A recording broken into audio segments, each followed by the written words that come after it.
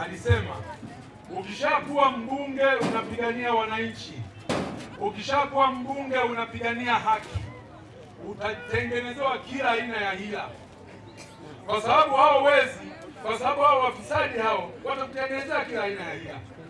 Mara huyu sio mwana CCM, mara huyu haipendi CCM, mara huyu hampendi rais, mara huyu tumtafute tumuue, mara huyu tumtafutie lile.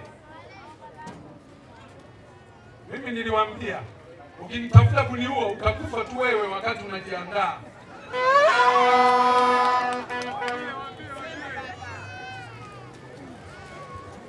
Wanakimbilia kwenye mabawa ya CCM. Anakuwa waziri mwizi tu, anakuwa katibu mkuu mwizi, anakuwa mkurugenzi mwizi. Ukimbana kwenye wizi anasema wewe huipendi CCM. Yaani uibe wewe, halafu ukiingiza chama chetu ufanye uhalifu wewe, halafu unakiingiza chama chetu. Chama chetu kina tatizo gani? Sasa wapo viongozi wengi wakikamatwa huku kwenye nani anasingizia hayo. Huyu tumtafutie zengwe hili, huyu tumtafutie zengwe, wengine hata afukuzwe kabisa, huyu tumtengenezee hili, wakizani kwamba CCM inaruhusu mambo hayo. Hii ndio katiba ya CCM. Hii ndio katiba ya CCM. Yanayofanywa na kina Maganga, yanayofanywa na kina Mpina, na ndio CCM inavyotaka mambo yafanyike. Anayoyafanya Mheshimiwa Samia Suluhu Hassan, anayoingia anaunda mpaka tume. Tume hizo zinatokana na ushauri wa majembe kama haya makina Mpina, makina Maganga, na sio vinginevyo. Sasa tuone CCM inasema nini. CCM tarehe 21 Januari mwaka 1977, wakati Chama cha Mapinduzi kinazaliwa, vyama viwili vilipoungana, TANU na ASP, katika mkutano wa taifa, kinasema hivi: yalikuwepo maazimio matatu tu. Katika maazimio hayo matatu, azimio la tatu ndio hasa hilo ambalo nalizungumza, ndio mambo ambayo yanafanywa na kina Maganga, ndio mambo ambayo yanafanywa na kina Mpina, na mtu mwingine yoyote akitaka kusema chochote ni kwa sababu tu ya magenge ya uhalifu. Sio hiyo sio CCM. Ni magenge ya nini? Ya uhalifu.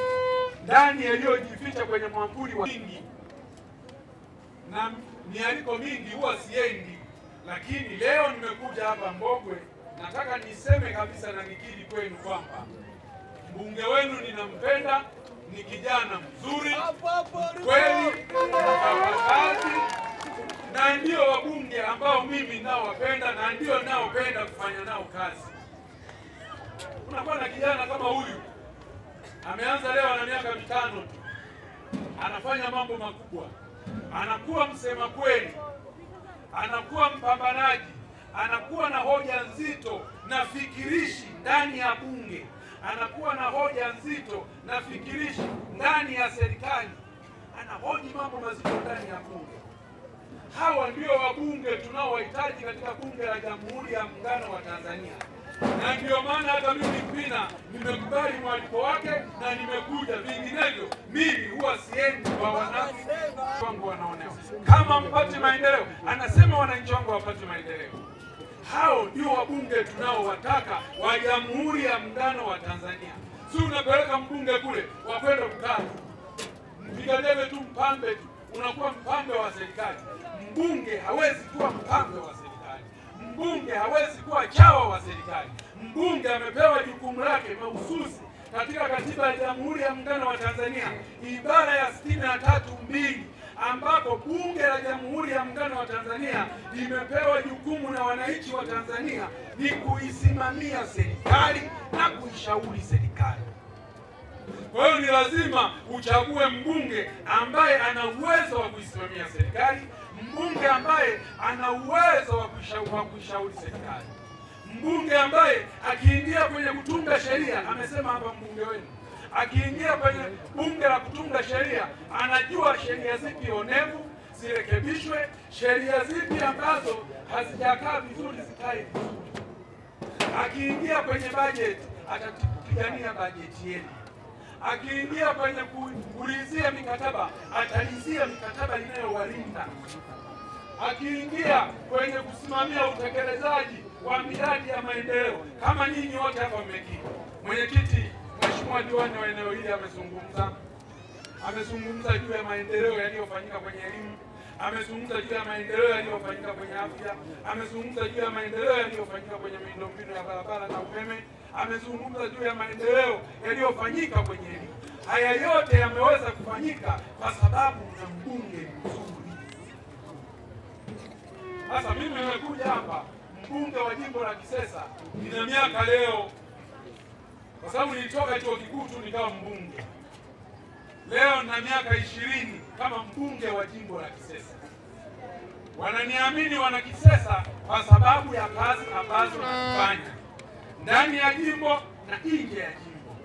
Endeleeni kumuunga mkono mbunge wenu ili aendelee kuwaletea maendeleo. Kazi moja tu ni kumlinda ili aendelee kuwaletea maendeleo. Oye! Maendeleo oye! Maganga oye! Katika hilo bunge la Jamhuri ya Muungano wa Tanzania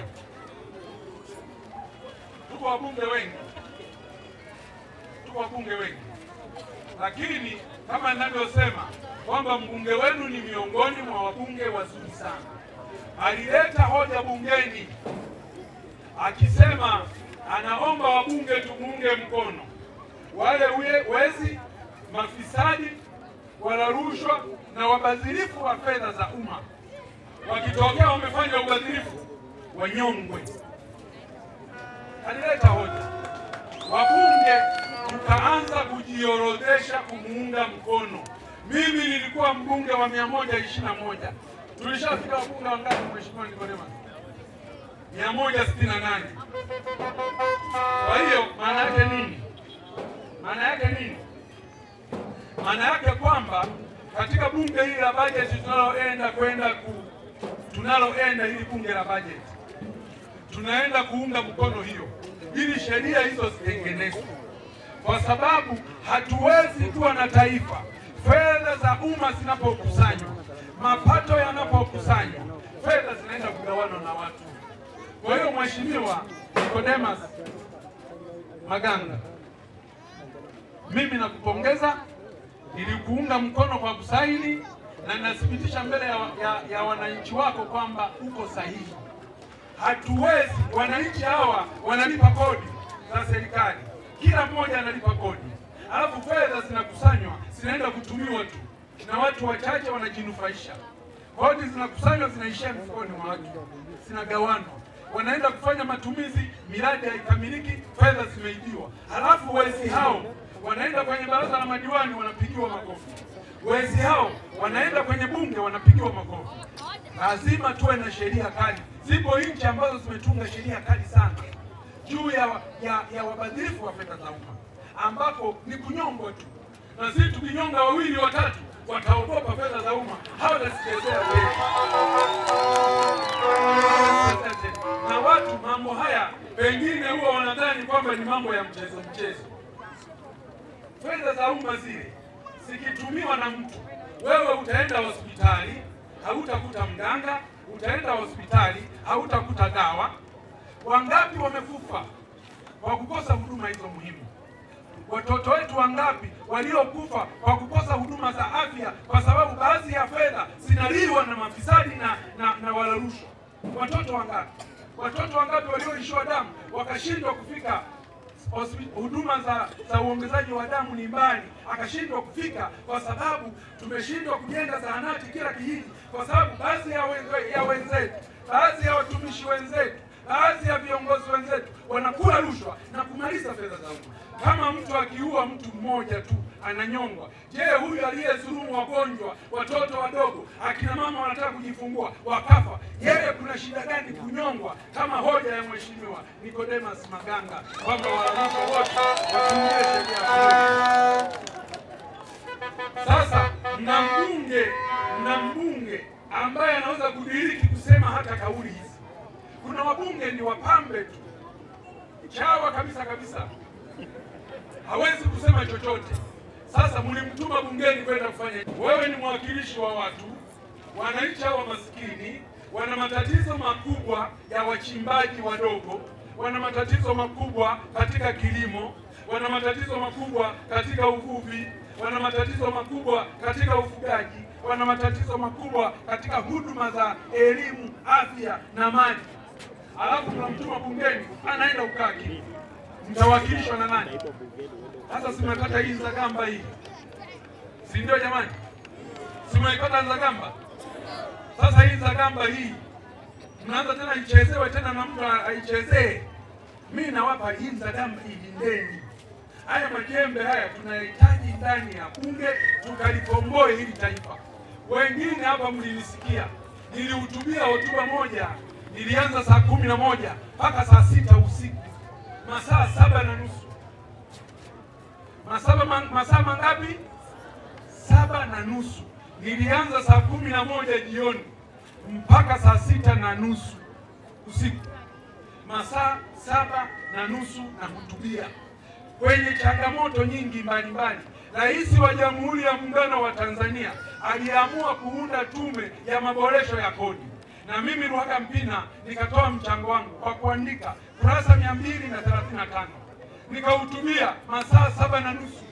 Nilianza saa 11 mpaka saa 6:30 usiku, mpaka tarehe zikabadilika za siku nyingine, naongea tu.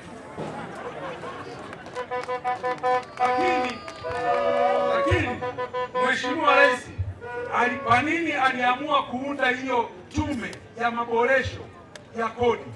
Ni kulingana na hoja nzito tunazozinyanyua ndani ya bunge, Mpina, Maganga na baadhi na wengine. Ndio rais kamtuma, akajua, akaona kuna fedha nyingi ambazo zinaliwa na baadhi ya watu wabadhirifu na wala rushwa. Tuende tuunde tume, tukawachunguze, tukaijua hii mirija ya wizi wa fedha ili tuweze kuidhibiti.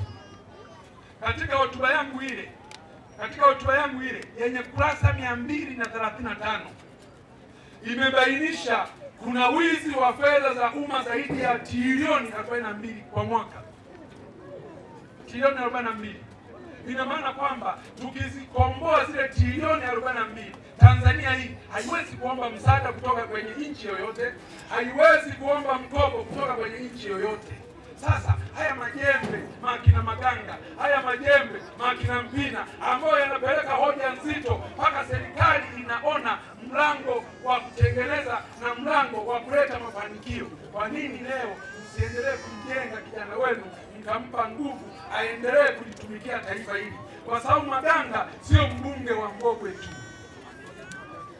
ni mbunge wa Mbogwe na ni mbunge wa Jamhuri ya Muungano wa Tanzania. Usisahau kusubscribe na kugusa alama ya kengele ili uwe wa kwanza kupata taarifa zetu kila tunapoweka Msomi News.